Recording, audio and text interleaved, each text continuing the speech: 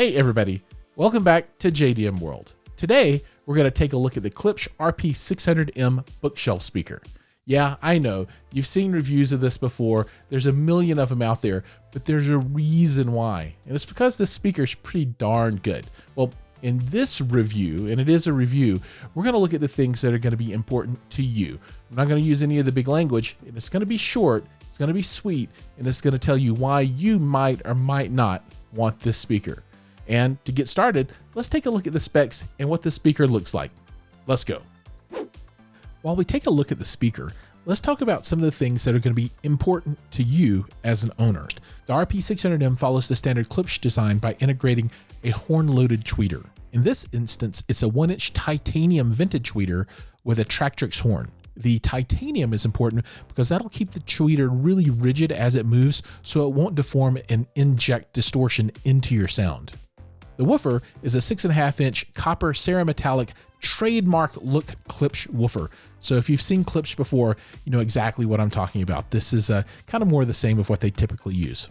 On the rear of the speaker are two features that'll be important to you. First is the port, and this again in standard Klipsch style is a Tractrix style port. You'll also find dual input terminals so that you can bi-wire or bi-amp your speakers if you're into that kind of thing. Taking a step back and looking at the speaker as a whole, the package is very, very nice. It's a very good looking speaker. It's large, so you're definitely not going to lose these. And if you go with the piano black, it's got a very, very classy look. Enhancing the look of the speaker is a magnetic grille. Now, a lot of people like to see the copper of the cone when they own Klipsch speakers, so it'll be up to you if that's something that you want to actually use or not. I keep them on because I've got children, but the speaker does look really nice with the grills off. Now it's time to take a look at the good stuff. We've got REW measurements of both the left and right RP-600M speakers playing. This is in room, and they're both towed in toward the main listening position. That's about 12 feet away, I would guess. The source for this is a Denon 4400 playing through an Acurus M8, and I've got 2 channels bridged on each of these speakers. Now you can see that it's a fairly flat curve, and we're doing 5 decibels in between each of these lines, which is kind of a standard measurement. Now the thing I'll point out is bass rolls off at 35.5 hertz, which is awesome for a pair of bookshelf speakers. Now, if you want a pair of bookshelf speakers that don't have something like an 8 built in, these might be the ones that you're looking for, because these perform really, really well on the low end. Now, still needs a subwoofer if you're going to do any serious watching of movies or things like that. But if you're just going to listen to music, these aren't a bad way to go. You can see the room impacts things here at 86 hertz. And then I'm not sure about this one. This one might be room induced as well.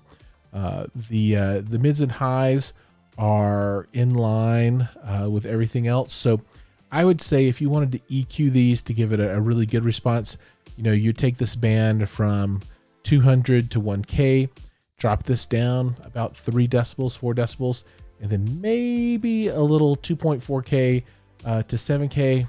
But I really wouldn't fool with that. I think I would just EQ this down here a bit. And then deal with this, and you're going to have a wonderful sounding speaker. This is a really great response for the RP-600Ms. Now we'll take a quick listen to the speakers as recorded through the camera microphone, playing a little music from Epidemic Sound.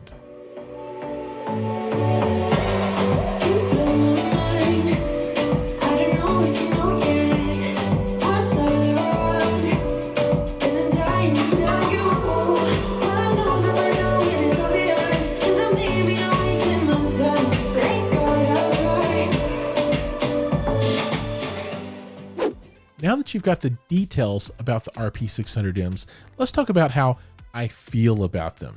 So I've had these speakers in my living room for, oh gosh, several months now, and I paired them with a Stark Sound Sub 35 subwoofer, which is it's a 12-inch sub with double passive radiators on the side.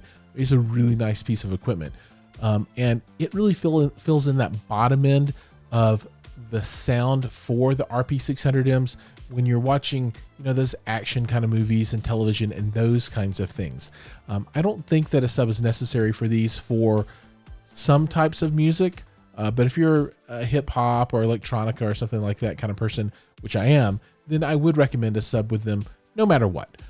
But I've been listening to them with a sub for television, for music, for movies, and these aren't really like your grandfather's Klipsch speakers. I mean, these are nice. They have a really, really nice smooth sound at the top. They don't have that harsh kind of Klipsch horn sound that you might be familiar with the lower end Klipsch product. These are much closer and much more similar to the sound that you would get from a heritage product, right? Some of the cooler ones like the La Scalas and those kinds of things. Now, obviously, these bookshelves are not those speakers, but they give you a taste of what you can get out of a more premier product from Klipsch. So from a recommendation point of view, I really give them huge thumbs up. They look great. They sound awesome, and they're not that expensive. I mean, they cost what, $650, something like that. So they're not cheap, and not everybody has that kind of money laying around. But if you do, you could really do a lot worse than these speakers. So hopefully this information has helped you make a decision of whether you want to purchase these or not. And if you do make a decision, drop some comments down below and let me know what you decided to do. As always, thanks for watching. Please like and subscribe, and we'll see you in the next video. And by the way, it's going to pit these speakers against Aperion Audio and KEF. Now that's going to be exciting.